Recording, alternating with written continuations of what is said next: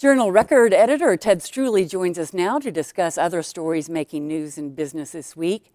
O&G's request for a $1 billion rate hike is attracting more attention. What's the latest, Ted?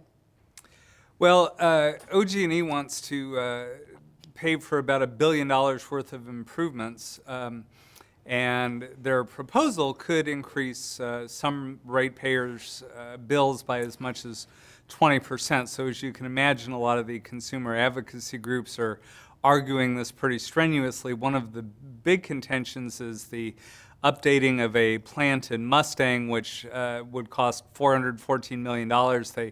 Opponents are saying that shouldn't even be part of this proposal because it's not directly tied to air pollution mandates. The Attorney General is involved in a fight to build power lines from Oklahoma's panhandle all the way to Tennessee. What's the story there?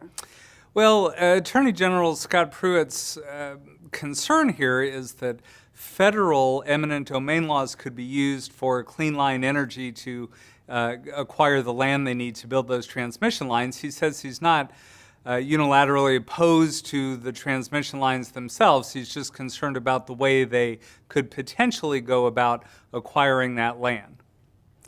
A proposed new outlet mall in Tulsa may be held up by a bridge. Why is that?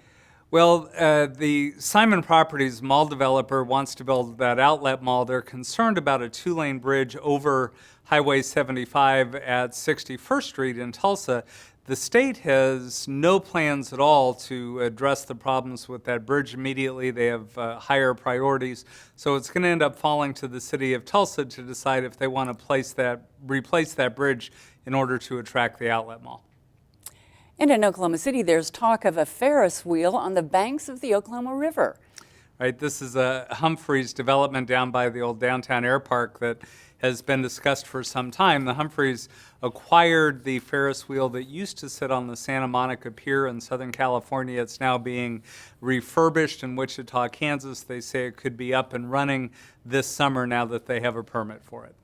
And what are you looking for, working on for next week? Our Capitol reporter Dale Denwalt is going to take a pretty close look at Treasurer Ken Miller's objections to the two bills supported by the state chamber. We'll be taking a look at that in Monday's paper.